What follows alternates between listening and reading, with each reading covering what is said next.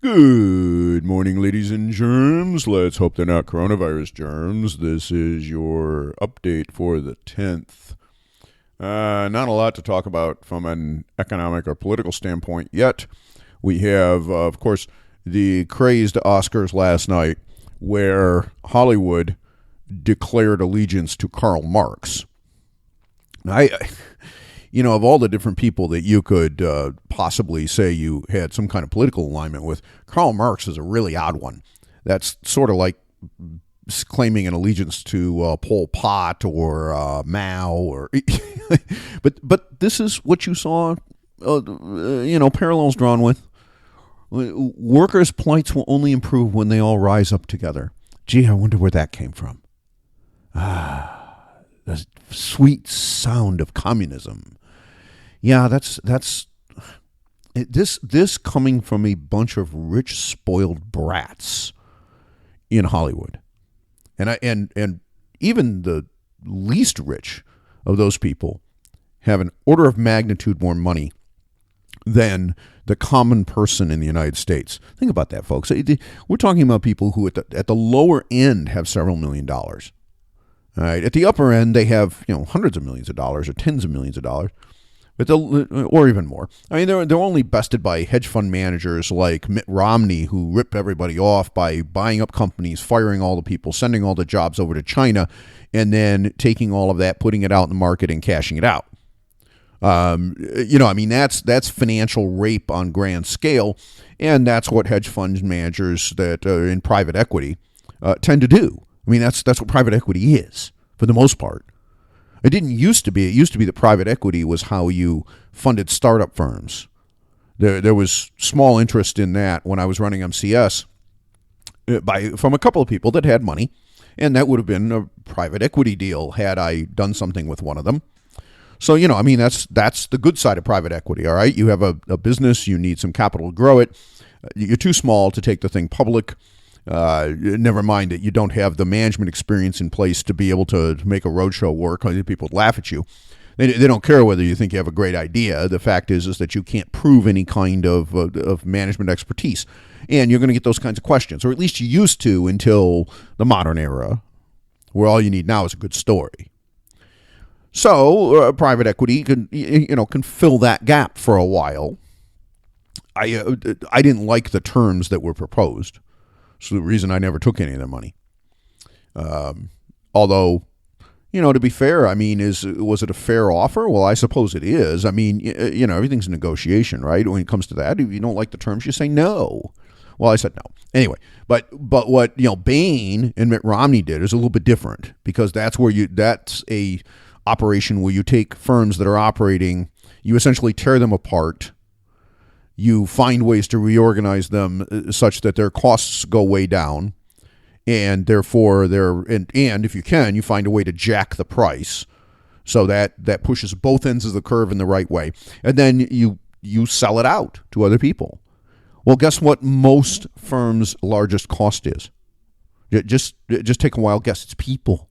It's people, folks. It's almost always people. I don't care what kind of company you're running. So what do these firms inevitably do? How do they inevitably make their money? They make it by fucking you in the ass. Can we just stop with the bullshit? That's what they do.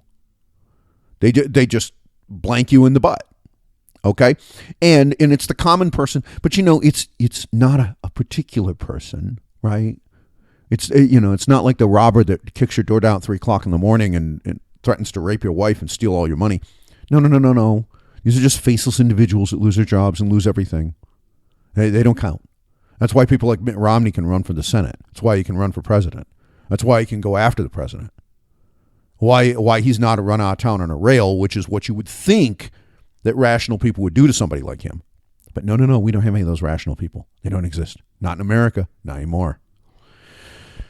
Okay, enough of that. Let's talk about the coronavirus thing. China is again seeing there's yet another start to the flattening of the curve. Okay, and again we've seen this before, and then it has taken off. This is now into about the third or fourth day, but the pattern is consistent. All right, so it's either going to confirm within the next day or two, which shows that they're starting to get some containment in place, or it's going to fail again, and we're going to see another big spike. We're going to get that elevation thing going again. I don't know which way this is going to go, but here is the basic problem at this point. We're being lied to, of course, by China. We've known this, and I've said this since the beginning of these podcasts. But the big question is, at what point does the CCP fold? Because don't kid yourself, folks. The Chinese government doesn't give a flying rat's ass about any of the citizens there. They care about their own survival. They're like every other government. You think our government's different? Oh boy, are you stupid. No, the goal of all governments, first and foremost, is their own political survival, and the Chinese Communist Party is no different. The difference is they're communists, which means they will literally shoot people because they think they can get away with it. Pardon me, I'm still drinking delicious coffee this morning. Yes, out of an MCS mug. So at what point does this economic disruption threaten to fold back on the CCP? And I think we're kind of getting there. So now you've got this basic issue, which is that despite all of these efforts that they've made, sending fogger trucks down the street, which, by the way, don't have to have anything in them other than moisture. Why? Because the intent of such a thing is to capture airborne particles and precipitate them. They precipitate onto the ground, all right, and now they're not so dangerous because they're harder to inhale, right? They're not floating around the air. That may be all they're doing with that. We don't know because nobody's telling us, and nobody's being honest about what's in those trucks. The mosquito fogger type things. But that may be what all that's about. We don't know. It could also be something considerably worse. I mean, who knows? Maybe they have Virkon in there. Virkon, by the way, for those of you that aren't aware, I have some of those tablets at my house, and the reason is the stuff is used as a disinfectant for things that come in contact with pulmonary secretions. Why would I have such a thing? Because I built a rebreather. Gee, the bags, the counter lungs, what ends up in there? Yeah, the stuff that comes out of your mouth. After a long period of time, if you leave that alone, you don't disinfect it, it goes all kinds of nice stuff, and then you re-inhale it, and that could be very evil. So anyway, Virkon is used to disinfect this. And you don't want to breathe it, which would be a good reason to tell people stay the hell indoors. However, it is quite effective, both against bacteria and viruses. It's that's what's made for, is that kind of thing. All right, tablet. Anyway, that may be the sort of substance that's being used, but the problem here is this: within the context of China, let's say that all of this, lock the city down kind of thing. In Hubei province, right, in the province where this whole thing started with Wuhan. Let's say that is effective, that it's actually reducing the transmission rate, and that we can believe that there are fewer transmissions occurring there. Okay, that's good, right? Except that's happening in the context of an almost complete economic shutdown. What happens when you lift it? People go back to mingling, and the transmission rate goes back up. What if you don't lift it? Your economy collapses. So, remember, the CCP's first goal is not protecting the Chinese population's health. It is protecting themselves. Everything else is secondary. So at some point, you're forced by economics, if you're the Chinese Communist Party, to lift the quarantines and the hell with everybody and what happens. And at the same time, you are also forced to try to get other countries to do the same thing, because that way you can throw your hands up and say, see, it's over there too. We tried. We just couldn't stop it. It got away from us. Yeah. Do you really think this isn't on their minds? You know damn well that it is. I know damn well that it is, and so do you. This is exactly what is on their minds. And this is exactly where this will eventually go.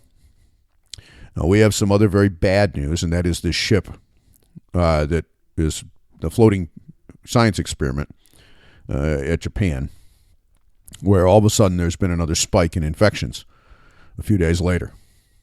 This is with everybody confined to cabins, which means that there is some other vector that's spreading this thing. You know what? My bet, it's the cabin crew and other crews that are serving the ship are running into an infected person who is infectious but not symptomatic, or at least that they're not being caught as symptomatic and taken off the boat. That virus then gets back into the system and gets spread to other people. You know, if you've got everybody on cabin lockdown, basically, and you still haven't managed to isolate things, then you've got a real problem on your hands. And one of the issues that comes in with this ship in particular is they don't know precisely how it's being spread within the ship, but now we know that it is. There are rumors floating around that they're going to let all the people off the boat, which means that you're now going to have 3,000 asymptomatic but potentially infected people who allegedly test negative, but maybe that's because the test is wrong. You get a lot of false negatives when you're asymptomatic for obvious reasons, who are then going to get on airplanes, and since Japan is not quarantined from other nations, they're going to fly back to wherever it is they came from, and they're going to probably take the virus with them. Are we going to see cases break out in other regions? It's fairly likely. Now, I'm still not sold on the idea that we're going to get a breakout here in the United States. And the reason is I still think there is a sanitation difference. Folks, we're not seeing it here, okay, and we should be. But we had the cruise ship in New Jersey that discharged all of its passengers, and now we're going to have the one in Japan that apparently is going to do that too. Some of those people we know are U.S. nationals because a couple of them have been pleading with Donald Trump to intervene. Who knows whether or not he has. If he has, he certainly hasn't told anybody he's done it, but he might have. And as soon as they get dumped into Narita at the airport, they're going to get on a plane, they're going to go home. And when they go home, they're going to get to wherever they're going, including the American citizens. They're going to come back here in the United States. They're going to get screened at port of entry, but they're not going to get quarantined for 14 days. They're going to go home and they're going to mingle with other people. And if we're going to get a breakout event sometime, as I said, from this other ship that docked, next week or thereabouts, we're going to see it here in the U.S. The real problem in China is that they don't have the infrastructure to deal with this at all. They never have. One of the problems with communists is that unlike the free market rapists in the United States, who are happy to take 20% of GDP, most of whom are in the so-called medical sector, are administrators, the people who never provide a single second of care to a single person. Salespeople and administrators, yeah, those are really useful professions in healthcare, right? In the CCP, you don't have that problem because they're communists, but you have the other problem in that actual skilled people are expensive.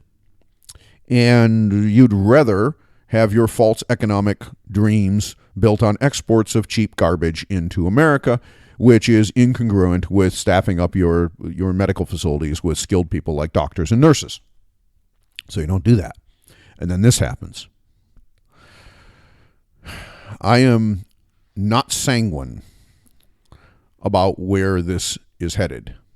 Although, again, I believe that due to some difference in transmission vectors that we don't understand yet, the odds of us having a breakout event here in the United States are not very high, although it could happen. But in the rest of the world that has similar sanitation type conditions and similar medical infrastructure conditions as China, the odds of it happening are extremely high.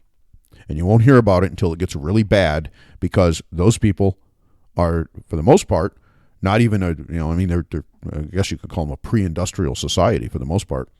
You're not going to get the kind of surveillance and reporting that you get from modern medical systems because it doesn't exist there. You think about sub-Saharan Africa. Think about India, rural India. All the countries over there in Southeast Asia that are not Thailand or South Korea. Okay, well, Thailand's not really but South Korea, okay. Even Vietnam. Okay, I mean, people think of Vietnam as, a lot of clothing comes from there. Yes, in sweatshops, and the vast majority of the people there are very poor. They're peasants, and they have a medical system to match. So, folks, we need to be paying attention to this. This is a time here in America to be prepared, to have vigilance, not to freak out, because like I said, there's no evidence that we're going to get hammered in the way that the Chinese have gotten hammered. But the possibility that it happens exists, but that this is not going to spread through the rest of the world, is not going to have major economic impacts, is laughable. Of course it is. And at the end of the day, what do you think the Chinese Communist Party is going to do? They're between a rock and a hard place. Their greatest incentive right now, folks, and I hate to say this because this is really ugly, but their greatest incentive is actually to screw everybody else because they're getting hosed economically. And the last thing they want to be is the one who gets hosed while everybody else is okay, and then the supply lines shift out of China on a permanent basis. That would be a disaster for the CCP. So they will do what they can to prevent that from happening. And if that means that they hose everybody else in the world, so be it. Something to think about, because that's where I think this is headed next. I don't like it, but I think it's where it's going. Mean Ticker Guy. Have a good day.